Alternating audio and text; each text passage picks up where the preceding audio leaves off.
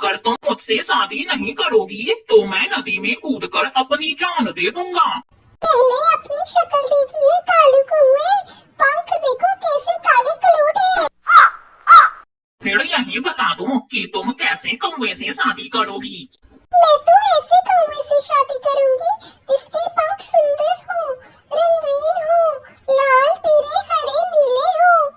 सुनकर कालू कौवा सोच में पड़ जाता है और फिर उस कौवी से कहता है, मैंने कई दिनों से नहाया नहीं है, इसलिए मेरे पंख काले हो गए हैं। मैं अभी जाकर नदी में नहा के आया, फिर तुम देखना मेरे पंख। और इतना कहकर कालू कौवा वहाँ से चला जाता है और एक पहाड़ी पर बैठकर यह सोचने लगता है कि वह अपने पंख कैसे रंग बिरंगी करे। कालू कौवा यह सब सोच ही रहा था कि तभी वहाँ उसका पुराना दोस्त उल्लू आया। अरे दोस्त कालू, किन सोचों में खोए हुए हो? कहीं तुम्हें किसी कौवी से प्यार तो नहीं हो गया?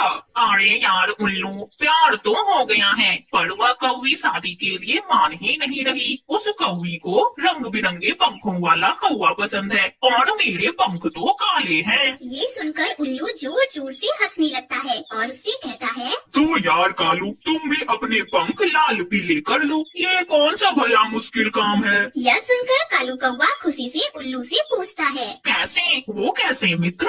और फिर उल्लू उसे एक उपाय बताता है और वहाँ से चला जाता है।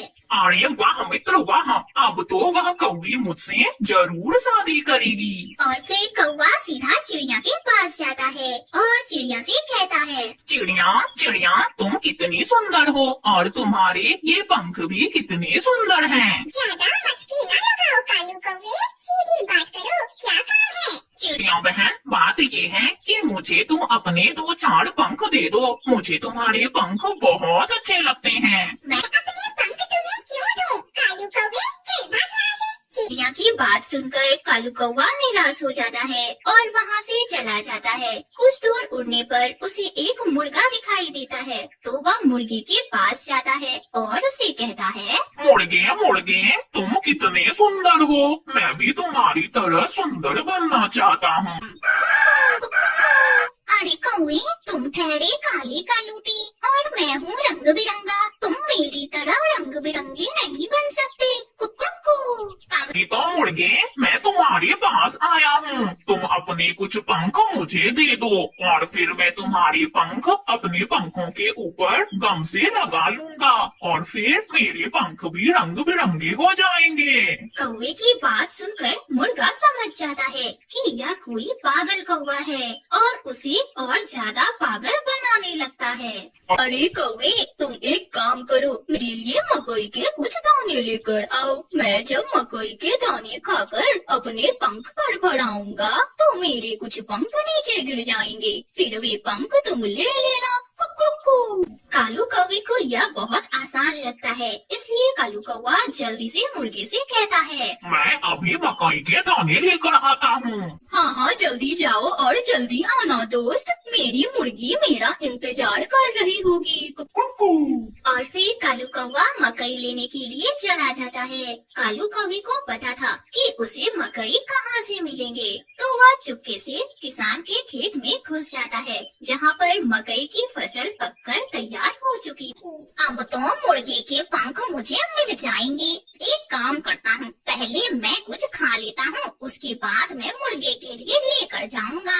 और ऐसा सोचकर कालू कौवा मकई के दाने खाने लगता है। जब उसका पेट भर जाता है तो वह एक भुट्टा अपनी चोंच में दबा लेता है और फिर कालू कौवा मकई का भुट्टा लेकर मुर्गे के पास पहुंच जाता है। मुर्गे, मैंने अपना वादा पूरा किया, अब जल्दी से ये मकई के दाने खाओ और मुझे अपने कुछ पंख दे दो।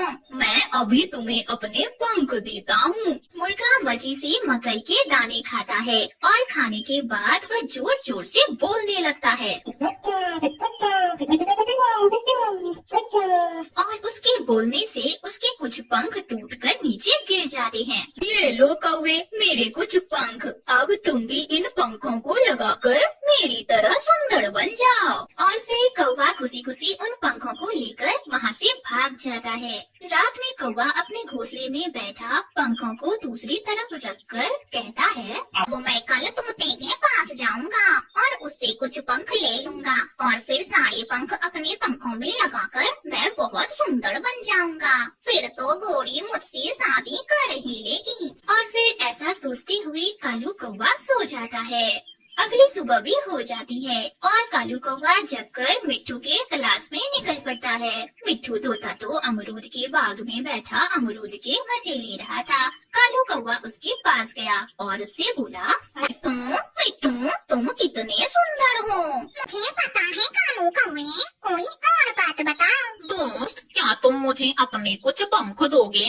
मैं भी तुम्हारी तरह सुंदर होना चाहता हूँ। ये सुनकर मिट्ठू मन ही मन बहुत हैरान होता है और कौवे से कहता है, मैं तुम्हें अपने पंख तो जरूर दूंगा, पर इसके लिए तुम्हें मेरे घर की सफाई करनी होगी। कई दिन हो गए मैंने अपने घर में झाड़ू नहीं लगाया। मैं अभी कर देता हूँ। और फिर कालू कौवा मिट्ठू तोते के घर की सफाई करने लगता है और अच्छी तरह से साफ करके उसके घर को चमका देता है। यह सब देखकर मिट्ठू उसे अपने 2 पंख तोड़ कर देता है। कालू कौवे, तुम्हें जब भी मेरे पंख की जरूरत हो मेरे घर की सफाई कर जाना और उसके बदले मेरे पंख ले जाना। मुर्गे के पंख मिल गए और अब तुम्हारे भी। अब तो मेरा काम हो गया। और फिर कालू कौवा तोते के पंख लेकर वहाँ से चला जाता है। वीराने में तोते और मुर्गे के पंख को अपने पंख के ऊपर अच्छी तरह से चिपका लेता है। अब तो मैं बहुत सुंदर दिख रहा हूँ। अब तो वह कौवी मुझसे शादी कर ही लेगी। और जल्दी से उड़ता हुआ कौवी के घर पर जाता है। कौवी अपने घर के अंदर बैठी हुई थी। कौवा बाहर बैठा उसे आवाज लगाता है, सुंदर कौवी, जरा बाहर तो आओ। बाहर आकर देखो, तुम्हारा शहजादा आ गया तुमसे शादी करने। कौवी कौवे की आवाज सुनकर घर से बाहर आती है। भूत भूत, अरे ये तो कोई भूत है, बचाओ।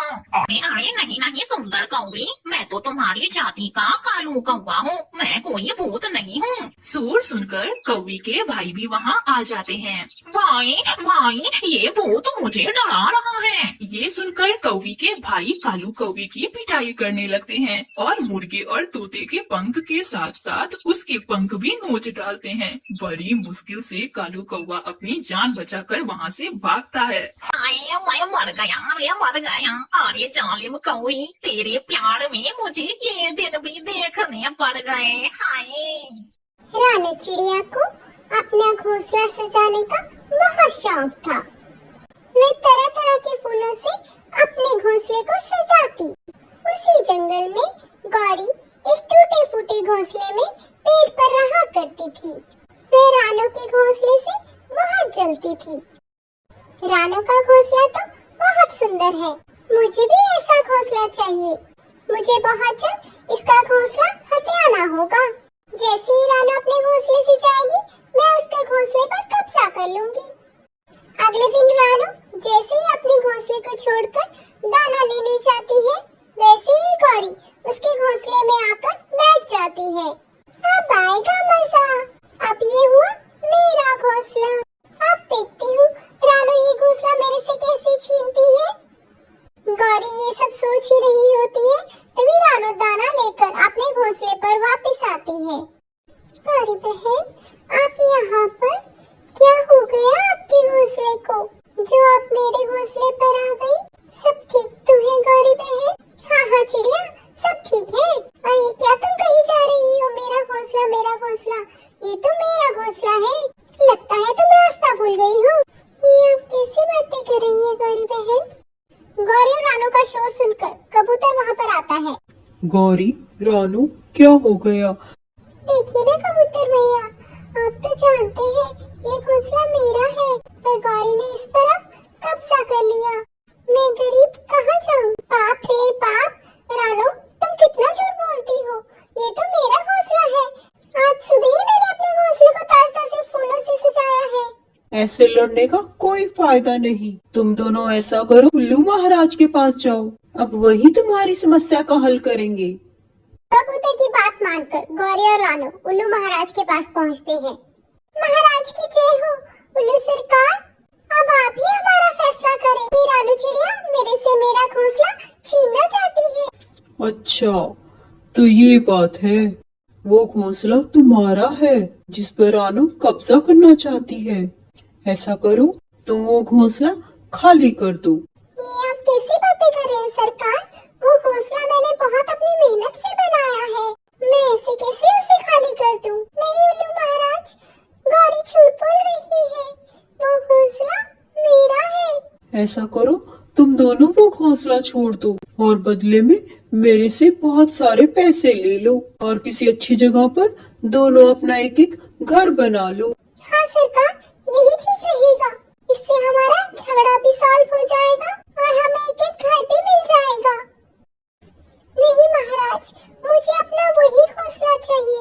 मुझे पैसे नहीं चाहिए। लो, हो गया फैसला।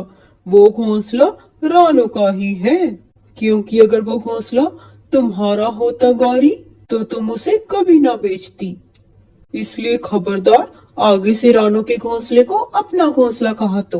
शुक्रिया ऊपर वाले, तुमने मेरी लाज रख ली। अब ये घोंसले पर गौरी कभी कब्जा नहीं कर पाएगी, पर मैं गौरी को कभी माफ नहीं करूंगी। चिड़िया को इंसाफ मिल गया। ऐसे ही कुछ दिन आराम से बीत गए और चिड़िया ने एक अंडा दिया। चिड़िया अपने अंडे का खूब ध्यान रखती। आज मुझे दाना लेने जाना होगा, पर मेरा अंडा अकेला है। पर कोई बात नहीं, मैं जल्दी से घर लौटूंगी। यही सोचकर रानू अपने अंडे को अकेला छोड़कर दाना लेने चली जाती है। गौरी इसी मौके की तलाश में थी। जैसे ही रानू जाती है, गौरी उसका अंडा लेकर अपने घोंसले पर आ जाती है। वही रानू दूसरी तरफ अपने घर की ओर लौट आती है। मेरा अंडा कहाँ गया? मेरा अंडा कहीं उसे कोई चील तो नहीं खा गई? मुझे जंगल में ढूंढना होगा अपना अंडा। पहले मैं गौरी के यहाँ पर देखती हूँ। यही सोचकर रानू गौरी के घोंसले पर जा पहुँचती है। गौरी बहन, आप मेरा अंडा अपने घोंसले पर क्यों लेकर आई हो? तुम्हारा दिमाग खराब है क्या रानू? ये मेरा अंडा है। मैंने आज ही इसे जन्म दिया है और तुम्हारे पास क्या सबूत है कि ये तुम्हारा अंडा है? गौरी बहन, आप ऐसे नहीं मानेंगी। चलें फिर उल्लू महाराज के पास। यही सोचकर एक बार फिर दोनों उल्लू महाराज के पास जाते हैं। महाराज, ये मेरा अंडा है। इस बार मैं सच बोल रही हूँ, यकीन मानिएगा, ये मेरा अंडा है। रानू चिड़िया, क्या गौरी सच बोल रही है? तुम्हारा क्या कहना है? महाराज, ये मेरा अंडा है। एक बार फिर गौरी इस पर अपना हक जमा रही है। गौरी, अगर इस बार तुम झूठी निकली तो तुम्हें मैं बड़ी सजा दूंगा। तो मेरा ये फैसला है, इस अंडे को अभी के अभी तोड़ दिया जाए। हाँ सरकार, मुझे कोई इतराज नहीं है इस अंडे के टूटने से। कम से कम ये किसी के पेट भरने के तो काम आएगा। नहीं नहीं महाराज, ऐसा मत कीजिए। आप ये अंडा गौरी को दे दीजिए। कम से कम ये जिंदा तो रहेगा। मैं दूर से ही इसे देख लिया करूंगी। सुना गौरी तुमने? हाँ सरकार। तो मेरा ये फैसला है, ये अंडा है रानू का, क्योंकि एक माँ अपने बच्चे के लिए कुछ भी कर सकती है, लेकिन उसे मरने नहीं दे सकती। और अब तुम्हारी ये सजा है, जब तक रानू के अंडे से बच्चा बाहर नहीं आता, तुम्हें उसके लिए रोज दाना इकट्ठा करना होगा। इस तरह गौरी को उसके किए की सजा मिली। इसलिए दोस्तों, हमें किसी के साथ बुरा नहीं करना चाहिए।